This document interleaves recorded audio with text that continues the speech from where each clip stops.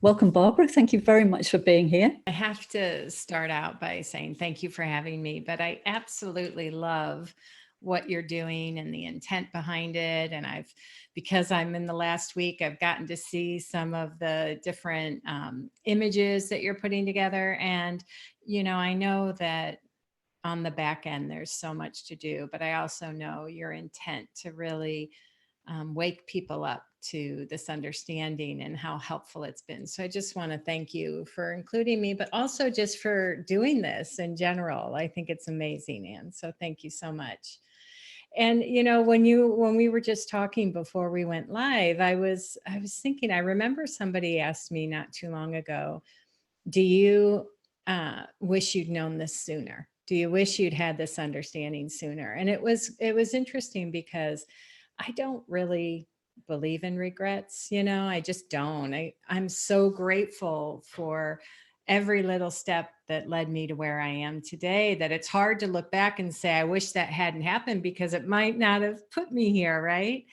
But I did say the other thing I said is, I have no regrets, but I'm curious what it would have been like to go through high school and college with this understanding. Like I was sincerely, I'm like, I wonder what would have been different. And so I love that that's kind of the aim. And I've been working and doing personal development. And when I was in college is when I thought I was going to be a teacher, a deaf education teacher, but that transferred.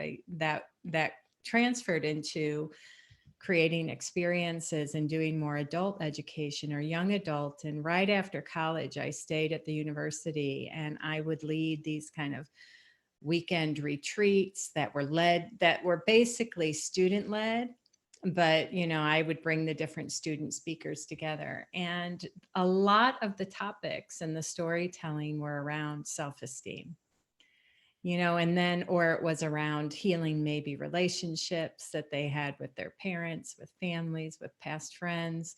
And so it's interesting to look back now and think, what would I be sharing now if I had that understanding?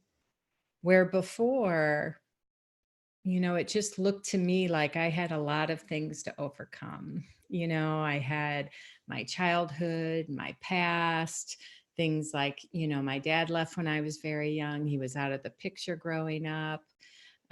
When I was in high school and college, I wasn't a great student. I was a little lost. I didn't really, like that question, what do you want to be when you grow up? I think I changed my major 5 times, like I was kind of lost and rudderless and kind of out there. And I had some good friends. I had some things that I would naturally do, but I didn't have a strong sense of self.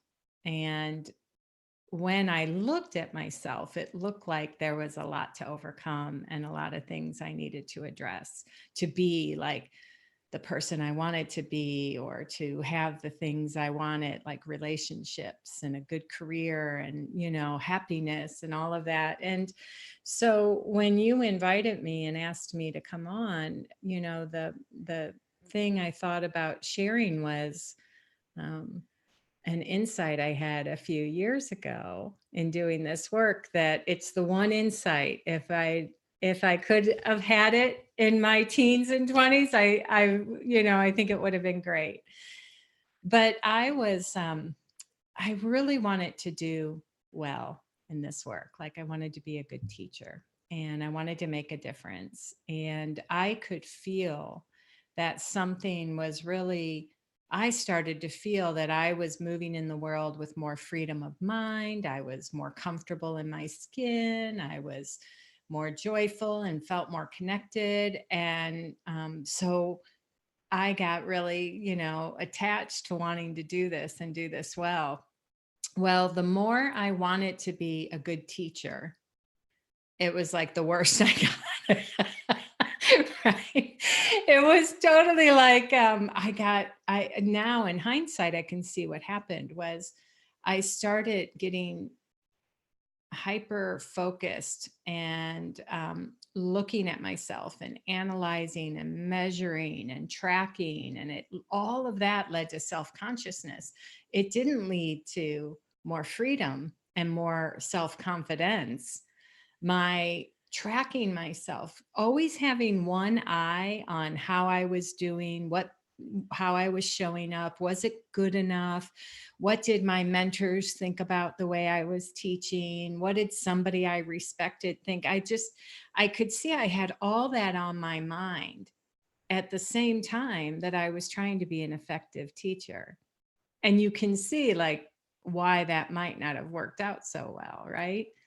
Well, that when I had a night when I was in London teaching, and I was in the middle of teaching, and I all of a sudden got worried about how it was going. And I started wondering, uh-oh, is this going good? Do they like this? Am I making sense? And as soon as I did that, and I got more anxious, right? And then the more anxious I got, the more worried I got. And it just kind of amplified my feelings, because that's how it works, right? You know, we feel our thinking, and the more intensely we get, we lean into that thinking, the more intensely we feel it. And so, but because I was teaching, I had to stick with it, right? I was in front of the room, and, I didn't think running out of the room was an option. So I just hung out. And what happened is, because thought is fluid, that means every experience, every feeling we have is fluid too. So eventually that noise about, uh-oh, what if I'm not doing well? I don't think it's doing well, because no thought is permanent. That began to move on. It became background noise versus right here in my face. And as it got quiet down, I found my bearings again. And I just started to teach and found my way and became more present. I was less looking at myself and more connected to the people in the audience. And after that evening was over, I had this thought come in, and it was less of me on my mind.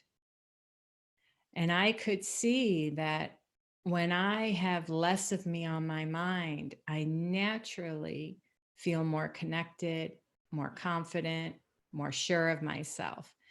Anytime I start to look in the direction of how I'm doing and what's going on and could I improve and how am I feeling, anytime I start to look in that direction, I begin to ultimately start to feel more self-conscious. So that insight of less of me on my mind has been like the insight that just the gift that keeps on giving. It's something that over the last 4 or 5 years now, I continue to see more and more. And I see it at play. I can see it like when I have to do a video, I have to give a talk, or I'm meeting someone for the first time, or I'm dating, right? Any of those things, I see that same thing is true.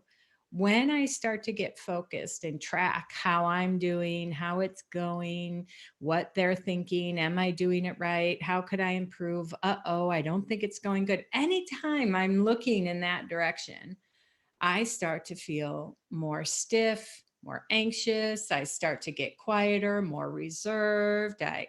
It affects things. But again, when I let those thoughts, just because they come, right? Sometimes they come, we don't control that. But when I let those thoughts move on and I don't lean into them, beyond that experience, I start to tap into more of the natural feeling comfortable in my skin, my natural ability to connect to people, to have a conversation. And then I leave those instances always feeling very different than I do when I'm constantly wondering how I'm doing or what's going on. So that ability to see, like I've even wondered, like, do I ever have to track how I'm doing? Is that ever a benefit? And people who are into self-help and into self-improvement sometimes balk when I say that, because they're like, no, no, no, that's why I've grown. And I thought that too. That's why I, improved. That's how I had a good career. That's how I had good relationships. But in this work that you and I do, when you start to see, oh, wait, there's this innate capability, there's a way that we are designed that is in our favor. And when we get more curious about that, we start to experience it more. It becomes less of this hopeful idea and you start to actually experience that. And that was the other piece that I had to really begin to consider was, what if all of us, no matter who we are, no matter our past, no matter our behavior, no matter what we've done, what we haven't done, our education, our looks, beyond all of that, each of us has this kind of deeper essence, this deeper nature. And I really, it was my willingness to get more curious about that also began to change everything. That began to give me a whole new level of confidence and certainty in my life that nothing else to that date had compared. Because I used to measure how I was doing based on what I achieved, right? But that was hit or miss. Right? I did well, I didn't do well. Conversation went good, it didn't go good. I felt confident, I felt awkward. If I'm measuring how I'm doing with all those things, it's always going to be hit or miss, up and down. But what this understanding points us to is that each of us, again, regardless of who you are, comes to the table with hardwired with this innate essence, this capability, this inner resilience. And I often think about it, if people look in a really ordinary way, like just look at their life, they're going to see like there's something inside of them that has them keep showing up. There's something inside that kind of helps us reset, come to the table one more time, get out there one more time. And that thing also gives us insight. It helps us out. And so when I started to see that, I realized, oh, I don't have to manage myself or my learning. That's being done for me, and I'll just share one more analogy, then I'd love to, just kind of open it up to you too, Anne. But it's an analogy I think that gets used a lot in transformation, and that's of the butterfly, right?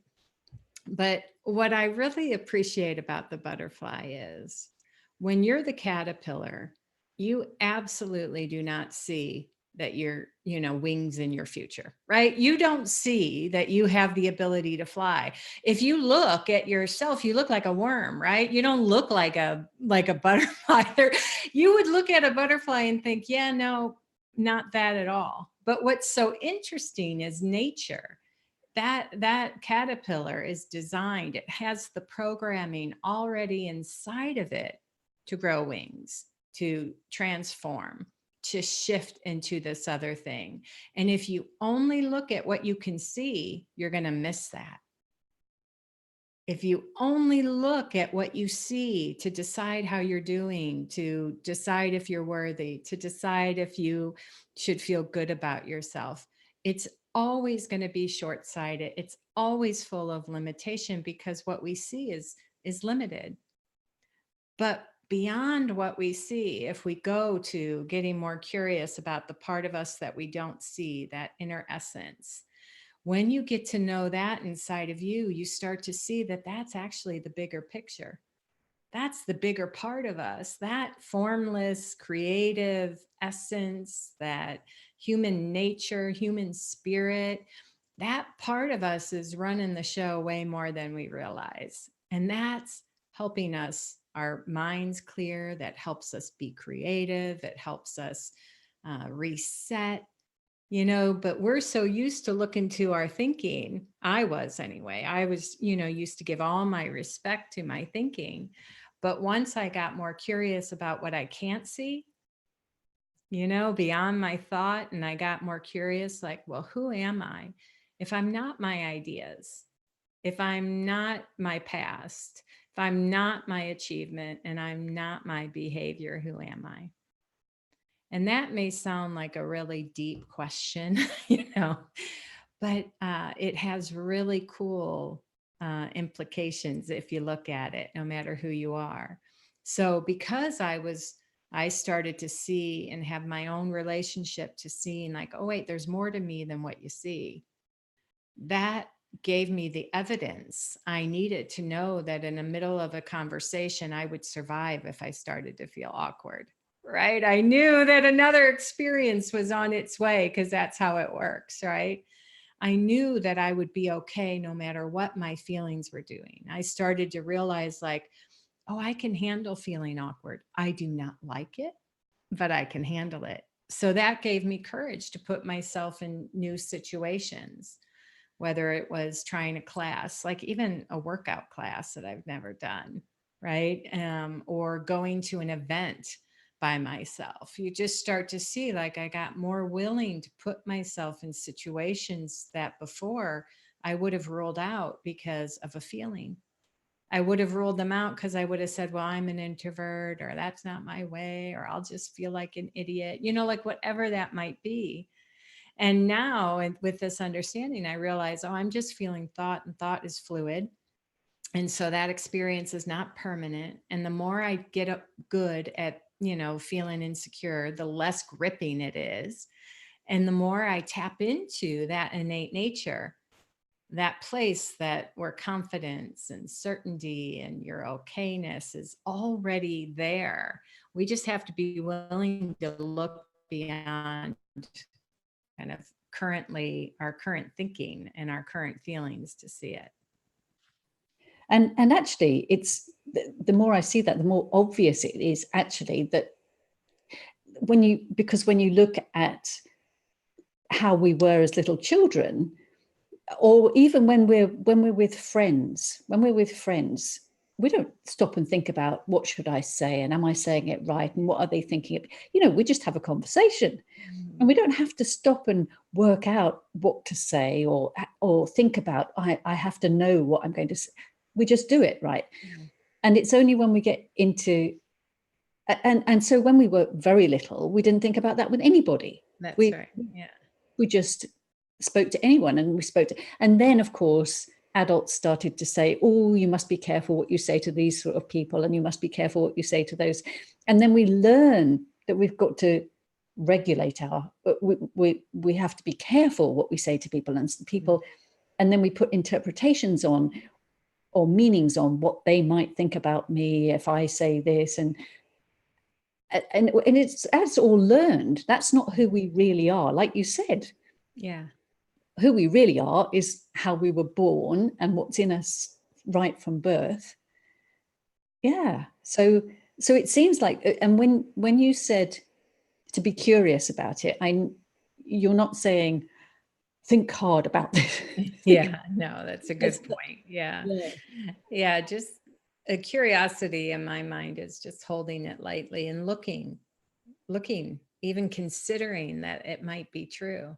Just, because I know when you look, you'll see it because it's there. It's in listening to you too. It's I have a niece that has started to look at this and learn about it, and she took the Relationship Ready course, which Leila Turner teaches, and it's really about dating from the understanding. And she and I took it together. It was amazing. But one of the things that she started to see was that idea that, she saw that when she was dating, all that was happening was she was overthinking it. And by overthinking it, she was getting more self conscious and more in her head. And then, like she said, well, of course the dates weren't fun. She was miserable because she was double guessing everything that came out of her mouth, and it just looked really hard. But when she understood, oh, I'm just relating to my thinking too much, I'm giving my thinking too much credit, I'm over identifying with all my thoughts, she said, no, no, no, I want to come and just be present, just get more focused on connecting. She started to get way more comfortable in her skin, and she's this really, I mean, she's this amazing young woman, and she's beautiful, and she's really funny and silly, and she started to just be more herself. And now to her, dating is a whole different experience than it used to be. I mean, to her, it looked like she had an issue, she had a problem, and, dating was hard. Once she saw, oh, wait, all that's happening is I'm overthinking it.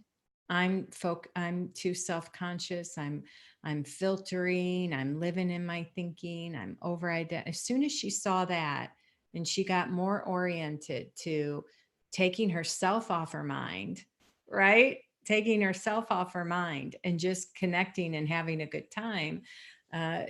She started to, dating became very different. Yeah. And also when you know that there's nothing wrong with you, and if someone else, not everyone's going to like you, and you're not Yeah. going to feel comfortable with everyone else. So you dating, you Yeah. may not get on with someone, but Yeah. that doesn't mean you have to try to be what they want you to be, which is what I did. Oh my goodness. I spent so much of my life trying to please other people and trying to be without realizing that I was okay as I was. Yeah. Yeah. Yeah. And even though I read the books that said you are okay as you are, I was still listening to thinking, which I didn't realize at the time. I didn't realize that I was listening to this thinking, and that actually the thoughts didn't know what they were talking about. That they're saying, oh, you need to do this, and you need to try harder, and you need to. So yeah, overthinking, Yeah. just the same. Yeah. Well, and really, I thought, I was kind of a project, in a way, like I didn't have that conscious thought. This is all in hindsight, but I could see that I just always thought I needed tweaking. I needed improving. And so I was constantly looking at myself through the lens of what needs improving, what isn't working right, where are you not getting what you want, where do you need to improve, and that left me in this constant state of feeling dissatisfied and unsure and not quite confident. I didn't realize that was happening because of where my head was. I took my feelings of inadequacy or needing to improve to heart, and because that's what I was looking at. That's what was alive to me. But again, when I started to get curious about what if there's more to me than I can see? What if there's more to me than my thinking and feelings? Then I started to wake up to something really fresh and different. And that was all I needed. I still have my habits of thought about self-improvement, and I can look to myself and, in a second tell you where I need to improve. But I don't take that thinking so seriously now. Yeah. And talking about relationships like that too, it was partly because I was training as a relationship therapist, right? Yeah. Yeah. And so I was reading all the books, and this is what you have to do, and this is what you do with.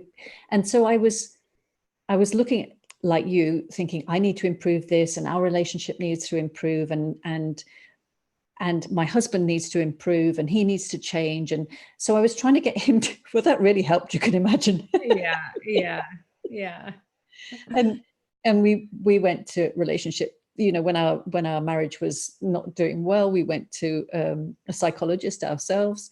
And actually the thing that helped most about that was that we both disagreed with what he said. So we You got aligned on disagree. Yeah. Yeah. That's yeah, great. but we had no idea what was really going on, and it's so simple. Yeah. No idea. Yeah. I was always somewhat adventurous. Like I've lived in different countries. I've traveled, I volunteered in Africa. I would try new things. Um, but I also made my world kind of small. And I wasn't always so willing to put myself in uncomfortable situations. So where I had, even though you might say going to Africa sounds really uncomfortable, to me, that wasn't right. But where I might make my world small was trying new activities, because I would think I won't be any good at it, or I don't want to look stupid, or getting out there and meeting people, being more myself in every kind of situation. I started to realize that because of, like, in a very simple way, because I didn't want to feel a certain feeling, whether that was rejected or hurt or insecure or uncomfortable, like those were all kind of feelings I would try to avoid. But the problem with that is you make our world really small. We put ourselves in these kind of boxes, and then you can start to go through life feeling a little unsatisfied, or just, wishing for more in a way. And you haven't seen that, you've kind of created this really limited world based on thought or based on a fear of a certain feeling.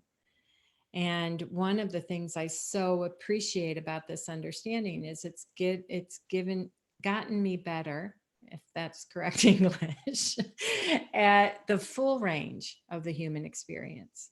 So I'm better at handling when I feel insecure just as much as I'm great when I'm feeling excited, or in between. And it's amazing, because when you don't take your insecure thinking so seriously, or your self-conscious thinking so seriously, it's amazing what you'll do. Like saying no to something because you're afraid of feeling a certain way. Watch what happens in your life when you don't let that be the decision maker. When you understand where feelings are coming from, where your experience is coming from, you understand the fluid nature of it. You understand that it's like this temporary state and not a truth of you. You start to see all that. You realize, like, oh, I do okay in the unknown. I'm made to be in the unknown. I can handle stepping into something I don't know anything about, because my mind is designed to help me figure it out. That's how all our minds work. They're designed to help us figure things out.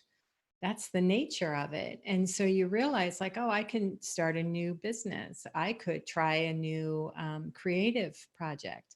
I could go to a party where I normally wouldn't go. And you start to see that, oh, the muscle we're building is understanding experience and not getting so upset about being upset, and you just start to see, the more comfortable you are in any kind of feeling, it's amazing what you'll try in life. And pretty soon, all those limitations and ideas you have about what you can handle and can't handle, who you are, they get blown up in a really cool way, because you start to see, oh yeah, beyond my momentary feeling, there's something else. And that feeling passes. No feeling is permanent. No feeling, no experience is permanent. It doesn't have roots. So when you begin to see that, you're like, okay, I can just ride this out. And we know, again, the way to ride it out, the best anecdote for that is to just do what we can to take ourselves off our mind, to just get present to what's in front of us, to whomever's in front of us. And in that place of presence, in that place of less of us on our mind, we naturally feel our own capability, our own potential, our own resiliency, confidence. Those things are all natural. We don't have to prove ourselves to ourselves in those moments. The and so I spent years and years doing all the personal development stuff where you have to change, you have to work out what you're thinking and feeling and try and change it all. And how much time and energy does all of that take? And actually it's completely unnecessary and actually counterproductive. Yeah. And that was the biggest thing. The biggest thing when I first found out about this understanding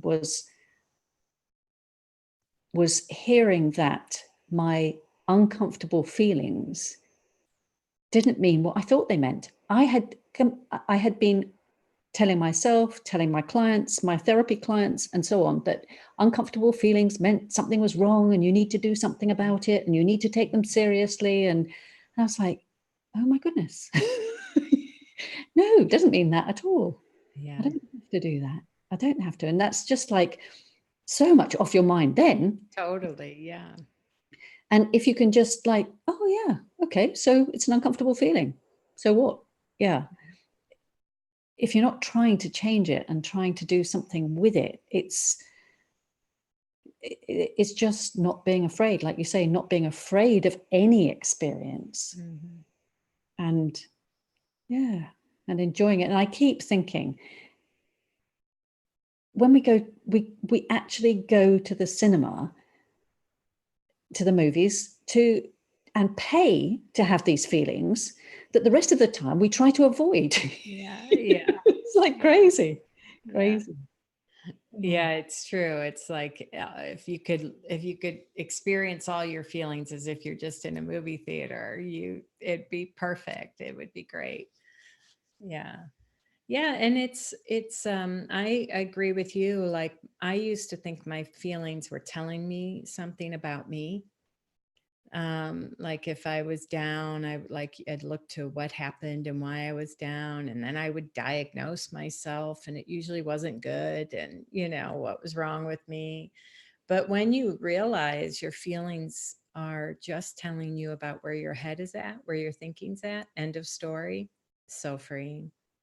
Then you start to realize, well, I don't want to go analyze that. I don't want to go pick at that sore, or put the hand back in the flame. Left to its own devices, our minds clear. And as they clear, we get more perspective, we get more helpful thinking, we get wiser in a way. Yeah. Yeah, and it's so much more fun. I've got so much more done. And over the last couple of years, I had no idea where I was going or what I was going to do, because before that I was looking after my mother while she was dying from cancer, and then I was looking after my dad after my mum died from cancer, and then my father found a new relationship. So I was like, okay, so now I can do what I want, and I didn't really know what I wanted to do, but that didn't worry me, and it didn't worry me that I had no money, and it didn't worry me that I had nowhere to live. It was just like, okay, I'll just see what comes along. And that's what I've done. And I've learned all sorts of things just come in, don't they then? I have, like you said about the cat, I love the caterpillar, because you no idea what you're going to be next. Yeah. So I've enjoyed being outside in the garden and learning online about all sorts of permaculture stuff, which I've never heard of or never done anything about before, but really enjoyed being in it and learning about it and doing it practically. And then, and in the back, funnily enough, in the back of my mind, I would hear these thoughts about, you should be doing something with the 3 principles. You should be telling people about it. And I'm like, no, that's a should. That's a should. I'm not doing anything, I'm ignoring that one. And eventually, if there is something, I'll do it. And if there isn't, that's fine too. And then one day I woke up and it was like, okay, so now you're going to do this project. I'm like, really? Am I? And it's been really great fun. So you never know. Like, you never. That's right.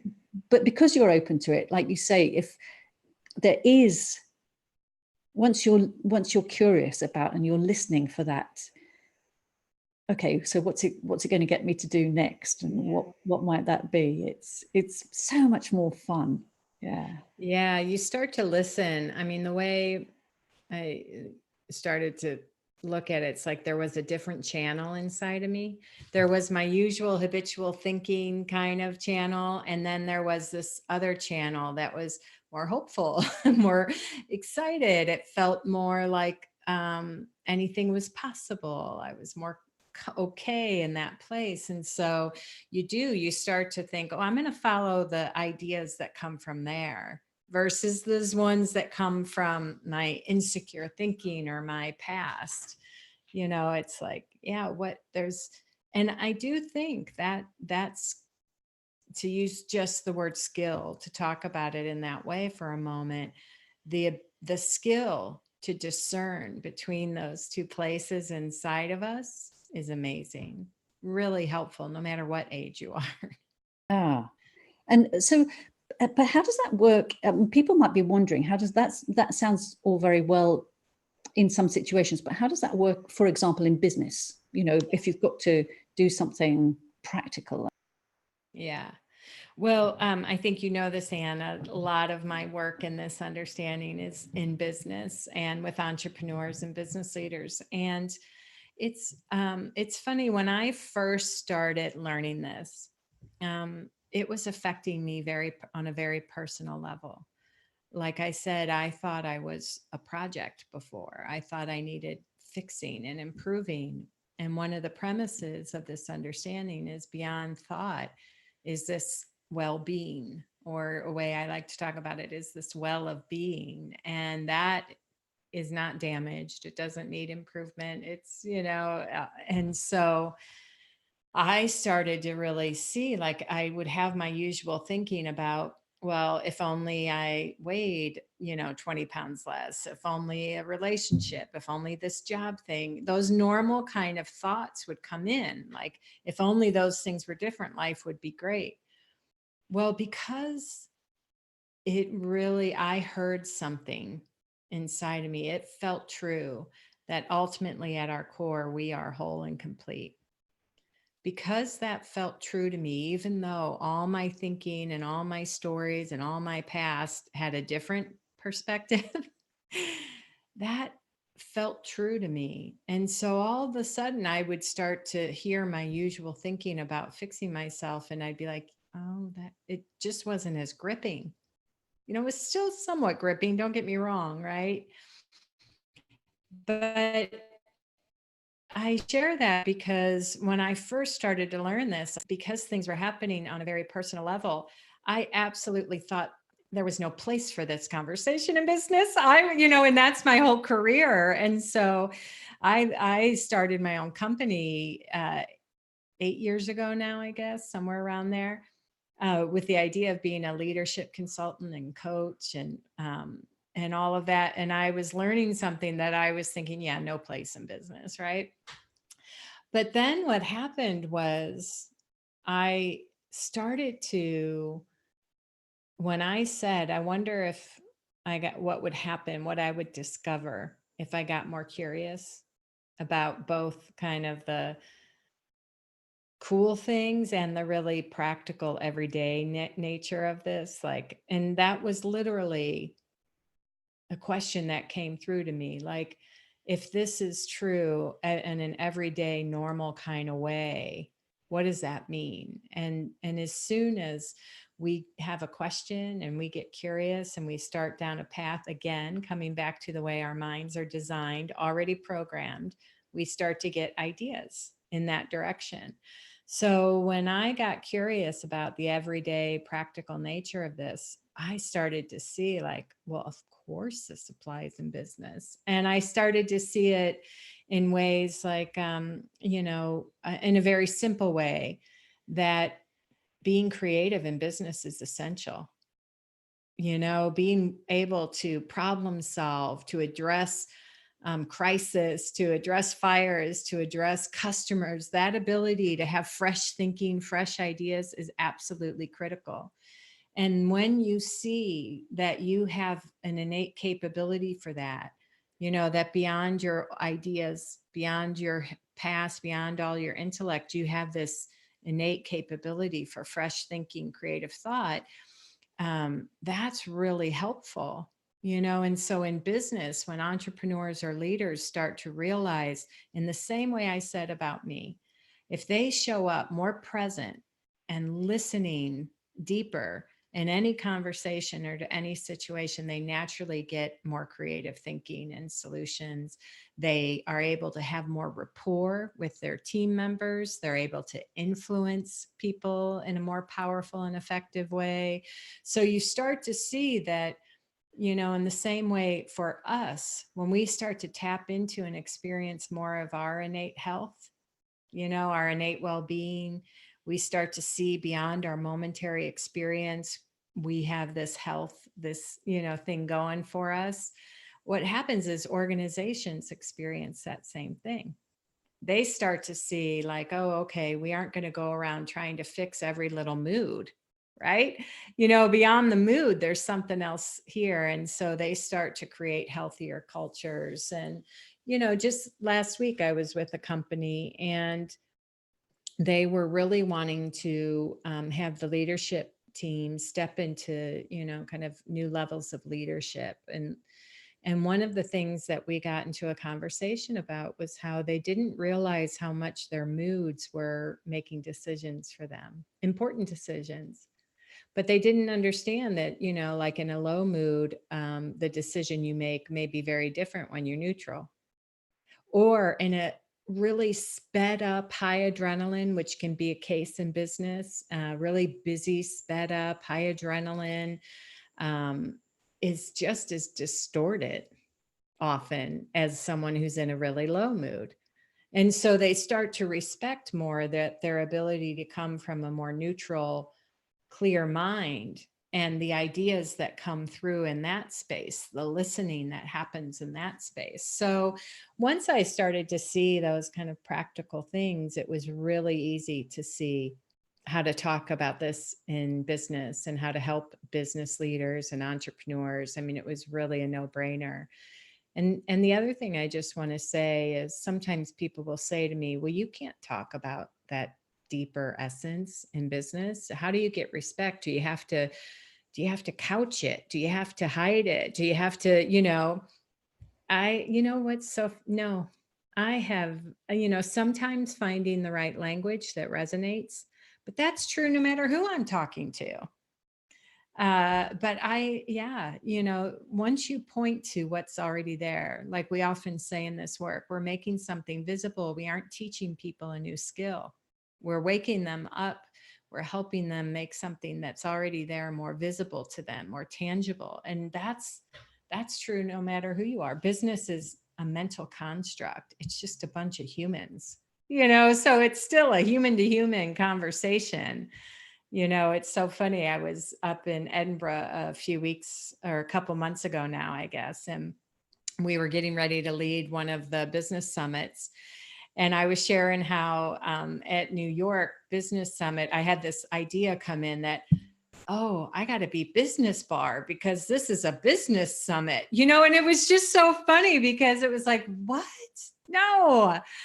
Be me, be you, no matter who you are. There is no business Barb. There is no, it's like you start to see, we just bring who we are in any situation, because whether it's a business, whether it's a nonprofit, whether it's a school, whether it's a party, whether it's, a workout, a date, it's human to human, human to human. Something else that just came to my mind is, and it's something that young people might be getting into, because when I packed in my practices, when I retired from my medical and therapy practices, because I thought I just don't have the answer. I can't keep teaching this to people because I don't have the answer. I decided, right, so I'm going to start an internet business. It's got to be easy. There's lots of people out there making lots of money in the internet. I'm going to start an internet business, right? So this was a thought idea. It wasn't I really want to, a feeling. It wasn't coming from my guidance. It was just, I need to do something to make money. I can do that. I'll just follow what other people are doing. So I did that, and I just lost all my money, surprisingly. Because I couldn't find anything that I really felt was me. And I was following the systems that other people, there were so many systems out there. You could buy this system, follow this person. And one of the things I noticed, what got me to say about this was that one of the things that I noticed was that the people who were successful, who were teaching this, saying, oh, follow my system, actually had been following their, and they didn't realize they just did it naturally. Yeah. And so they thought, oh, well, if somebody just follows the system that I'm following, that will work for them. So they were doing it completely genuinely. Most of them, not all of them, but most of them were doing it genuinely, thinking, well, if it worked for me this way, including one who was very successful. And funnily enough, the people who came and spent time with him became very successful because they got into the feeling of being with him. So he was he did lots of meditation, and he relaxed, and he went out for long walks, and he told people, you get your ideas, the ideas come to you for being you, and it's important to be you, and it's important to follow your ideas, and the way I do it is I go for long walks, I do meditations and things like that. But nobody listened to that bit. They just followed his system plan. It was, yeah. No, I love what you're saying, because it looks like, I totally relate to the idea that if I just had more information, I'd get this, I could do it. And so I would get really caught up in looking for the magic formula and the piece of information. But I love what you're highlighting. And I started to see that too. I'm like, like in NLP, or in some, when they study successful people, or they write a book, like you're saying, they're looking at the behavior and the steps they took. And yet what I always say is they just didn't go back far enough. And if you go back far enough, you see they got an idea. They had something come through them, an inspired idea. But if you had a video on them, you would see it was not a 5-step success thing, right? You see that here's what it was. It was, idea comes, you engage, you keep listening, and you adjust. Idea comes, it's like that path is never straight, but when you look in hindsight, you can put it down to 5 steps or whatever you think. But it was really cool for me to see, like, oh, again, no matter who you are, where you come from, your age, your sex, your background, your culture, at the original state, it's a level playing field. We all come already wired with the same capability to have fresh thought come through us, to have an idea that we're a nudge, just even a nudge to say, hey, do that, try that, that is all of us a birthright. All of us come to the table with that. And so you start to see that what I love about this kind of understanding is that deeper nature, which is access, all of us have access, comes through us and our flavor and our way and our humanness, so we're the intersection of that kind of deeper, cool, universal, creative life force, whatever you call it, and our humanness. So it'll come through us in its way, in a unique way. And it's when I started to see that more, it also really made comparing myself to other people a waste of time. It didn't make sense any longer, because you start to see, like, well, their path is their path. What's mine? Now, I might read a book and get some good ideas, but know that what I want to listen to, beyond even the good ideas in the book or the mentor or any of that, is what's coming through me. What wants to come through me? Where am I being drawn? What are those nudges saying to me? Yeah, and not to listen to that, don't reinvent the wheel. Yeah, yeah. because that's what people are doing. And then what also I noticed was so many people, like I did, doing that, then felt really bad about themselves, because those type of programs are all about, if you try hard enough, if you work hard enough, you will get success, and if you keep going, you will get success. And so you just feel really bad at the end of it, because you tried and you really did work really hard and you still didn't get anywhere. That's right. Yeah. Yeah. So just don't. I think it's really important for people to know they're not alone if they. Absolutely. That happens to lots of people. Absolutely. And, yeah. Misunderstanding. Yeah. And we feel like we're falling short of some, like the other kind of thought I used to live in a lot was that I wasn't living up to my potential, and I had some kind of big special purpose. And if I could just figure that out, life would be amazing. And I didn't realize, again, coming back to the simple understanding, is that was me looking at what was wrong. That was me living in thought, living in a concept, an idea. And when I let that fall away, I started to naturally feel more purposeful in life. I started to feel more connected, more fulfilled, more touched by life.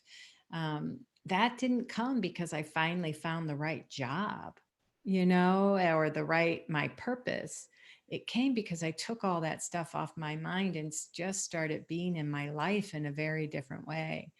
And that has led to so many riches and so many opportunities and lessons. And it doesn't mean we're none of us are exempt from going up and down, right? Or the full range of the human, but because we relate to it differently, because we know there's more to the story than my temporary mood or feeling, it helps us be more resilient, helps us, keep moving forward.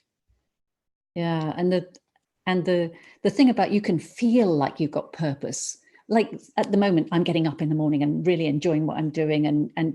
But that's not, but then your thinking can say, that's your purpose in life. Like you said, no, that's not my purpose in life. That's my purpose for today, That's right. Yeah. And then after that, it might be something different. That's right. Mm-hmm. Mm-hmm. Yeah. So, wow, I think that's given people a lot of ideas about where confidence really comes from and how we are already confident. That's our natural state of being, and only listening to all that rabbit thinking is getting in the way. Yeah. So that's lovely. So any other thoughts, anything else that you'd like to add? I think I'd just say in closing that to consider that there's more to you than your ideas of yourself. There's more to you than you may realize, than what's visible to the eye, and to, get to know that part of you. And then to also see thought for what it is and where experience is coming from. Those 2 or 3 things have really given me an opportunity to have a whole new experience of myself in the world. So, yeah. That's wonderful. Thank you. And so if anyone has any questions that they would like to ask Barb or to get in touch, then there'll be a link, and you can make comments and ask questions underneath the video, and I will pass those on. Great. Or you can get in touch through the links on our website, and there'll be a link to that underneath the video too. So thanks so much for being here, Bob. It's been thank you really again, good. Anne. I've loved being with you, and I really just love what you're up to. So thank you so much. Okay. See you soon. Bye-bye. Bye.